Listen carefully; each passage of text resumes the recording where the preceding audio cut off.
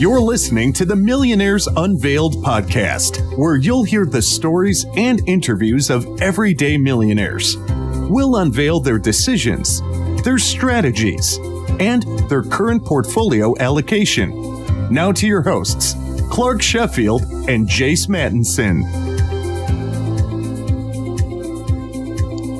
Welcome to the Millionaires Unveiled podcast with Clark and Jace. This is episode number 73. If you're new to the show or whether you've been listening for a while, we appreciate you tuning into the podcast. If you're not aware, on this podcast, we share the stories and strategies of everyday millionaires.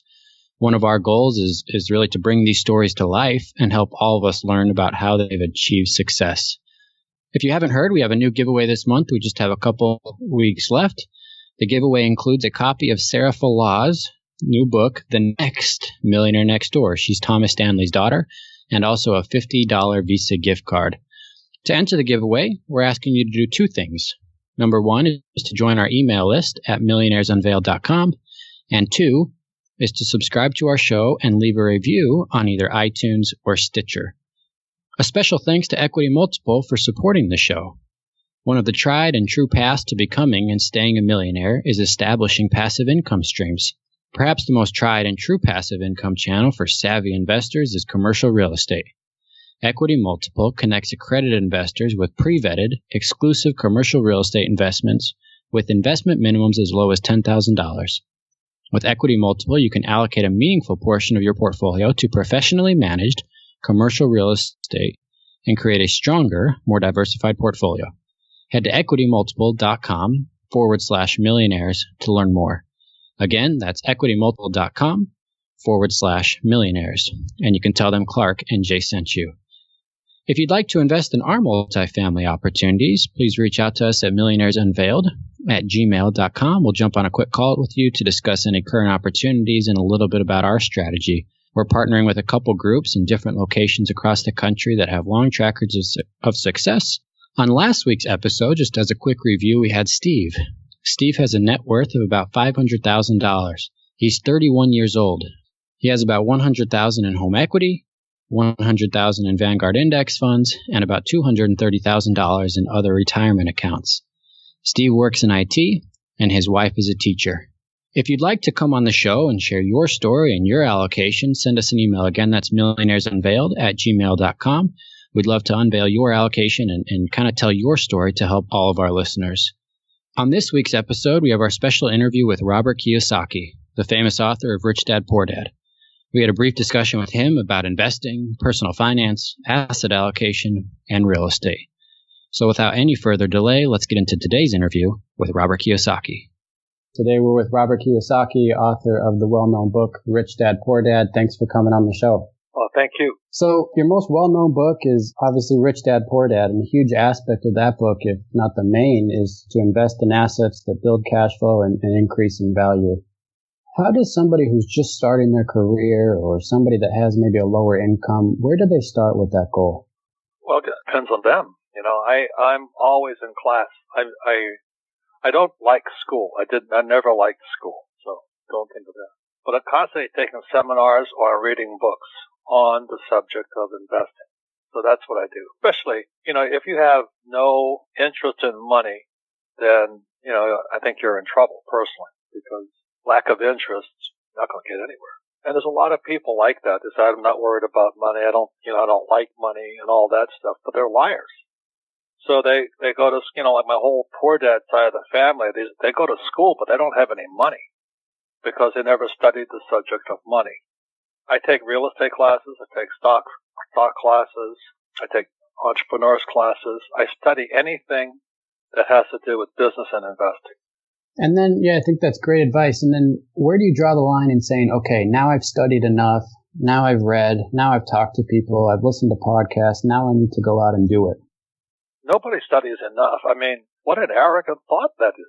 I don't ever know enough. You know, the more I know, the less I know. So anybody who has that attitude really should just, you know, buy bonds or something. No, I don't know where anybody gets this idea that they know everything. I mean, nobody knows everything. I'm constantly studying, and I'm also doing. You know, I think you're talking about a professional student, like there's this woman who is at the sports club I work out at, and she's going on her 4th degree. I don't know what degrees, has so many degrees. And she's got no money. I mean, I think she's gone to school enough. She gave it to the universities. Yeah, pretty pathetic. I think for many people, school is a waste of time. And for others, you got to have it. If you're going to be a doctor, an accountant, a lawyer, you got to go to school. But if you want to be rich, you don't have to go to school. But you can't be a student all the time, and you got to be studying and doing and studying and doing and participating in real life. So there's two kinds of people who don't like school and stop studying, which is really silly. And there's people who never stop studying and don't do anything. And somewhere in between there are people, And I get up at 5 o'clock and I'm studying. I'm already in my 70s. What kind of books and things are you studying now? I never stop. I try to tell you guys something. Whatever I come across, I look at. I take seminars. I like getting rich. So it's a fun game. It's a hard game. And the better you get at it, the smarter you have to be. It's really an attitude. Money doesn't grow on trees. It's really true. Unfortunately, for many people, it does. Mommy and daddy give them the money, and they're not that bright of people. They're not bright people. They may be rich, they may be educated, but when it comes to money, they're not sharp. What do you say to the person who's been studying for a long time and just hasn't taken the risk? I can't help them. I hate to be so blunt, but somebody who's more afraid of failing will never succeed. Success and failing go hand in hand. I've lost millions of dollars, and it was a big wake-up call. I just keep coming back, lick my wounds, learn from mistakes I made, and I keep going at it. You look at every successful person has failed, and the people who don't fail are not successful. It's really quite that simple. You don't have any money invested in the markets, right? No, I don't need to. You're just all real estate and small business. Well, no. I make my money because, look, when in 1972, I came back from Vietnam, I flew for the Marine Corps. And my poor dad wanted me to get my MBA, which I did, which was a waste of time. And my rich dad said, if you're going to be rich, you have to learn to use debt as money. And you have to learn how to borrow money and make money with borrowed money. So that's why I took my first real estate course. And I'm still taking real estate courses. So when I need money, I just borrow it. I don't need money. So what I have really is a financial education that allows me to be, that I don't need money. If you can comprehend that, I can sleep at night, I have millions in gold, not ETFs. I stay out of paper. I don't like REITs. I don't like ETFs because they're fake. But I have real estate. I have real gold. I have real oil wells. And I have real silver mines. I have real stuff, not this fake stuff. That takes education. That takes learning. It takes practice. It's called ass on the line. Sometimes you win and sometimes you lose. Do you ever worry about debt? Do you ever worry about being over leveraged, or what do you say to the people who maybe want to buy a property but they can't save up enough money and they're afraid of taking out a loan? I really have nothing to say to them personally. It just frustrates me. They have deep psychological and emotional problems. They've got to overcome that. I don't know where they get that cowardice from. But everybody has fear. Everybody does. It's how the individual deals with it makes a difference in their life. Robert, you've got a book coming out, I believe next year, that's called Fake Money, Fake Teachers, Fake Assets. What's called fake? But those are the three categories. Fake, money okay. is fake, and our assets are fake. If you can understand that, that's what the book Fake is about. So what is somebody going to learn from that book that they may not already know? I don't know. They have to read the book because I don't know what they know. What would you say to some of the baby boomers? You got about 20% of the American public have large stock portfolios, especially with the latest bull run, and they have very little cash flow from those assets. How would you instruct them to remove some of those assets in the market and generate some cash flow? I don't give investment advice. I've already answered the question. I hate to be blunt with you guys, but I already answered the question. I would take classes. Otherwise, what they're going to do is look for some expert to tell them what to do, like me. And they can't do what I do. So the person can only do what they know how to do. If they don't know how to take those so-called assets, those fake stocks and bonds and all that crap, and if they can't convert it to cash flow, leave it there. Don't touch it. Because somebody's going to come around and tell you they got a better idea, and they'll be in the same boat. So if a person can only do what they know how to do. That's why I don't give financial advice or investment. When I say this is what an asset is, this is what a liability is, this is how I do it. But I don't recommend people do what I do. Like right now in the marketplace, I'm selling.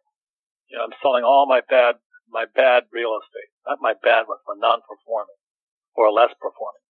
And the reason I'm selling is because all of these hedge funds and private equity guys are offering me so much money for this property. I have to sell. They're offering me 300 times more than I paid for it. 3 times, 300% more than I paid for it. So I have to sell.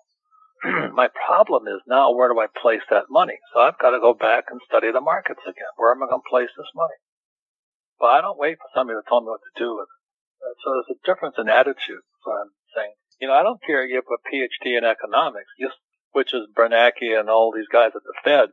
They're not competent people as far as investing. They're good students. We're off the gold standard, we're on the PhD standard now, and that's why I'm worried. They're all like my poor dad. Very smart people, well educated in school. They have no real world experience. They've never been on the streets. Well, is your poor dad or other people that fall into that category, were they offended by the book at all? It depends on the person, you guys. There's a lot of teachers who know what I'm saying is accurate. They don't know diddly about money. They lost that paycheck or their pension or their tenure, they'd be on the streets and the cats would eat them. They know they don't know anything, but they can't admit they don't know anything. That's the problem. And I'm saying to all your listeners, if you listen to those people, you follow the same trap they do. That's the challenge. That's what the book Fake's about. It's coming out next spring. There's fake money. There's fake teachers. There's fake assets out there. And you got to know what's real. That's what the book's about. Awesome. Robert Kiyosaki, appreciate you coming on the show today. Thank you. Keep up the good work, you guys. Thanks, Robert. Take care. Thanks for listening to the Millionaires Unveiled podcast with Clark Sheffield and Jace Mattinson. For more stories, investment opportunities, and information, check out our website at millionairesunveiled.com. See you next time when you'll hear from another everyday millionaire.